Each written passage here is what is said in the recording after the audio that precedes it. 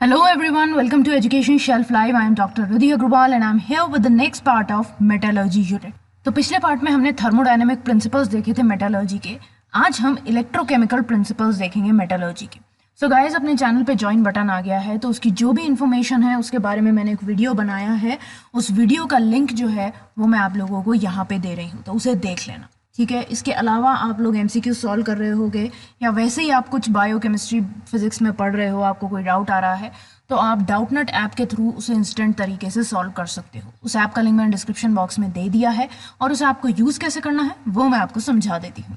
Corona के वक्त घर बैठे पढ़ाई करो ना, डाउटनट है आपके साथ, जहां आप बस क्वेश्चन की फोटो लेकर तुरंत अपने डाउट का वीडियो सोल्यूशन पा सकते हैं. साथ ही यहाँ कोटा के टॉप टीचर्स जैसे NV सर, GB सर, आकांक्षा मैम, NJ सर के फ्री वीडियो लेक्चर्स भी आपको मिलेंगे. इतना ही नहीं, रोजाना शाम 5 बजे डाउटनट की टीम आकर करेगी देश भर के टॉप IIT JEE और नीट में पूछे गए डाउट सॉल्व, वो भी लाइव.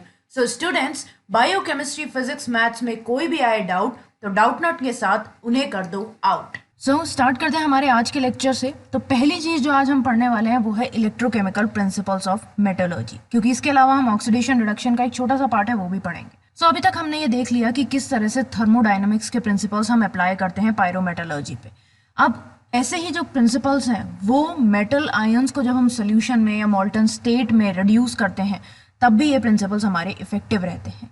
यहाँ पे इलेक्ट्रोकेमिकल प्रिंसिपल्स में हम देखेंगे कि किस तरह से हम उन्हें इलेक्ट्रोलाइसिस या फिर कोई रिड्यूसिंग एलिमेंट यूज करके रिड्यूस कर सकते हैं. So in the reduction of a molten metal salt, electrolysis is done. तो अगर हमें एक molten metal salt का रिडक्शन करना है तो हमें उसका इलेक्ट्रोलाइसिस कराना होगा.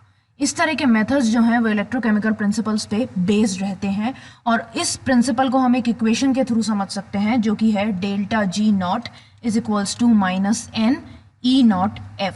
यहाँ पे N क्या है? Number of electrons. E naught क्या है? इलेक्ट्रोड पोटेंशियल है रेडॉक्स कपल का जो कि सिस्टम में बनता है. और F क्या है? Faraday's constant.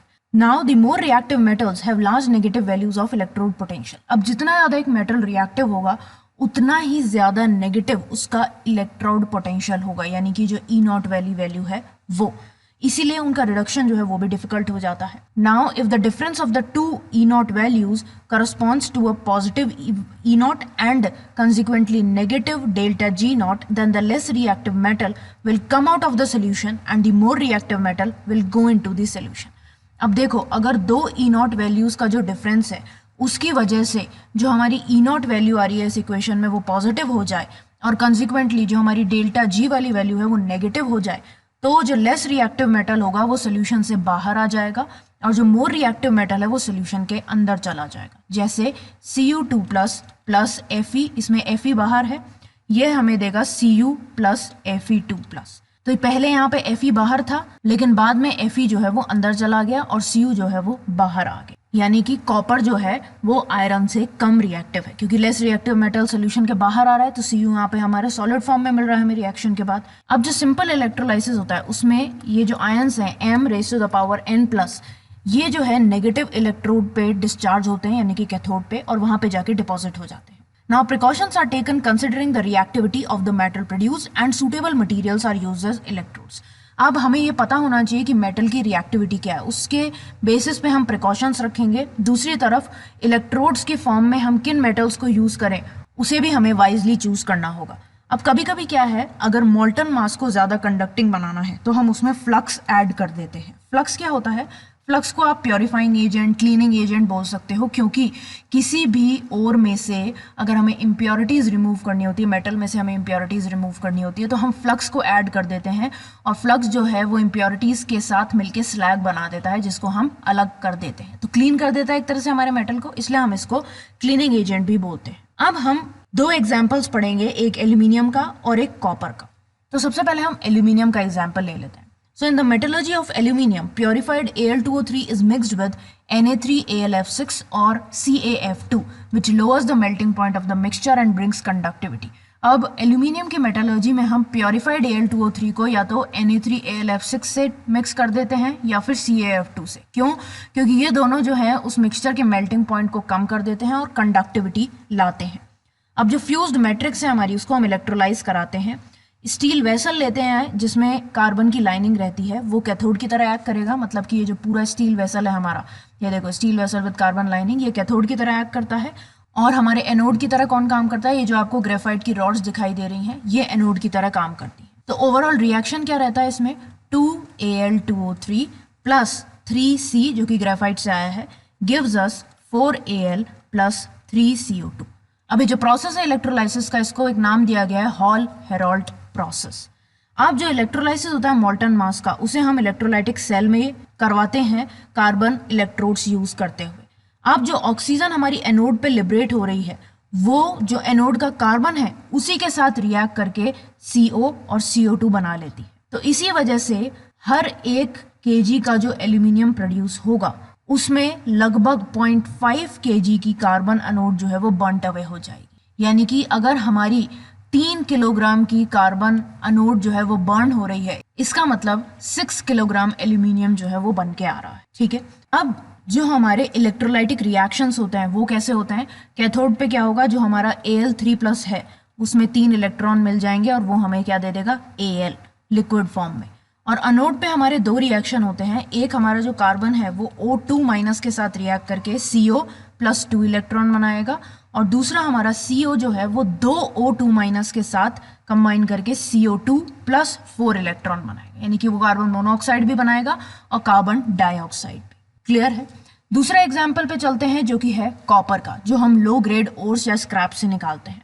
So copper is extracted by hydrometallurgy from low grade ores. तो लो ग्रेड ओर्स से हम हाइड्रोमेटलर्जी यूज करके कॉपर को रिमूव करते हैं, यानी कि पानी का इस्तेमाल करके। Then it is leached out using acid और बैक्टीरिया। उसके बाद हम इसको लीच आउट कराते हैं या तो एसिड यूज करके या फिर बैक्टीरिया यूज करके। उसके बाद जिस सोल्यूशन में Cu2+ होता है उसको हम या तो स्क्रैप आयरन से ट्रीट कराते हैं या फिर H2 से ट्रीट कराते हैं। किस तरीके से, Cu2+ plus H2 will give us Cu+2H+। Clear हो गया। अब चलते हैं हमारे आज के दूसरे टॉपिक पे जो कि है ऑक्सीडेशन रिडक्शन। तो रिडक्शन के अलावा कुछ एक्सट्रैक्शन जो है वो ऑक्सीडेशन पे भी बेस्ड रहते हैं, पर्टिकुलरली जो नॉन मेटल्स के होते हैं वो। तो इसका एक बहुत कॉमन एग्जाम्पल जो कि ऑक्सीडेशन पे बेस्ड है एक्सट्रैक्शन का, वो क्या है, जब हम क्लोरीन को ब्राइन से एक्सट्रैक्ट कराते हैं। सो 2Cl- प्लस H2O, इसके भी 2 मॉलिक्यूल्स लेंगे हम, ये देगा हमें 2OH- plus H2 plus Cl2।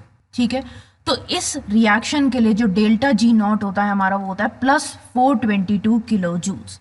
तो जब हम इसको E0 में कन्वर्ट करते हैं, हमारी वही वाली इक्वेशन यूज करके, कौन सी, delta G0 is equals to minus NFE0, ये वाली इक्वेशन यूज करके जब हम इसको E0 में कन्वर्ट कराते हैं तो E0 मिलता है हमें इसका -2.2 वोल्ट। तो हमें इससे क्या समझ में आ रहा है कि एक्सटर्नल EMF चाहिए इसको जो कि 2.2 वोल्ट से ज्यादा होना चाहिए। लेकिन इलेक्ट्रोलाइसिस के प्रोसेस में हमें पोटेंशियल जो है वो ज्यादा चाहिए होता है, एक्सेस में चाहिए होता है, जिससे हम बाकी हिंडरिंग रिएक्शंस जो हैं उन्हें ओवरकम करा सके। ये हमने यूनिट 3 में भी पढ़ा था। इसीलिए जब हमें Cl2 ऑब्टेन करना होता है तो हम इलेक्ट्रोलाइसिस से ऑब्टेन करते हैं उसको, उसके साथ साथ हमें H2 और एक्वस NaOH भी मिलता है एज अ बाय प्रोडक्ट। अब जो हमारा मोल्टन NaCl होता है हम उसका भी इलेक्ट्रोलाइसिस कराते हैं, लेकिन उस केस में सोडियम मेटल प्रोड्यूस होता है, NaOH प्रोड्यूस नहीं होता है। अब हमने ये पढ़ा था कि जब हम गोल्ड और सिल्वर का एक्सट्रैक्शन कराते हैं तो उसमें हम उसको Cn- यानी कि NaCN या KCN से लीच करवाते हैं। तो ये भी एक ऑक्सीडेशन रिएक्शन है जिसमें हमारा जो Ag है वो Ag+ में कन्वर्ट हो जाता है और Au यानी कि गोल्ड जो है वो Au+ में कन्वर्ट हो जाता है, और बाद में हम मेटल को डिस्प्लेसमेंट मेथड यूज करके रिकवर कर लेते हैं। पढ़ा था हमने, एक बार वापस से बता देती हूँ, जैसे 4Au plus 8Cn- plus 2H2O plus O2, तो ये हमें देगा 4AuCN whole twice minus plus 4OH-, और फिर उसके बाद जब हम इसके 2 मॉलिक्यूल्स लेंगे 2AuCN2 whole minus plus zinc, तो ये हमारा डिस्प्लेसमेंट रिएक्शन रहेगा। यहाँ पे जिंक जो है वो अंदर चला जाएगा, यानी कि ZnCN4 होल 2- अंदर हो जाएगा, प्लस जो हमारा 2Au है वो बाहर निकल जाएगा। तो इस रिएक्शन में जो जिंक है हमारा वो रिड्यूसिंग एजेंट की तरह काम कर रहा है। क्लियर हो गई ये चीज। तो ये था हमारा ऑक्सीडेशन रिडक्शन। अब हमारा इसका एक लास्ट पार्ट बच रहा है जो कि आज शाम को आप लोगों के लिए आएगा, जिसमें हम रिफाइनिंग और जो यूजेस हैं एल्यूमिनियम, कॉपर, जिंक और आयरन के, उनके बारे में बात करेंगे। ठीक है, सो मैं होप करती हूँ कि आपको आज का पार्ट अच्छी तरीके से समझ में आ गया होगा। सो लाइक का बटन दबा देना, शेयर करना अपने फ्रेंड्स के साथ, चैनल को सब्सक्राइब कर देना और सब्सक्राइब करने के बाद जो बेल आइकन है उसे दबा देना, जिससे आप लोगों को नोटिफिकेशन मिल जाएगा जैसे ही वीडियो प्रीमियर होने वाला होगा। आप लोग Twitter, Facebook, Instagram, Gradeup, WhatsApp, इन सब जगह मुझे फॉलो कर सकते हो। इन सब के लिंक मैंने डिस्क्रिप्शन बॉक्स में दे दिए हैं। इसके अलावा 11th और 12th केमिस्ट्री की प्लेलिस्ट का लिंक भी आपको डिस्क्रिप्शन बॉक्स में मिल जाएगा। ओके, सो आज के लिए बस इतना ही। That's all for today guys. Thanks for watching. Have a nice day.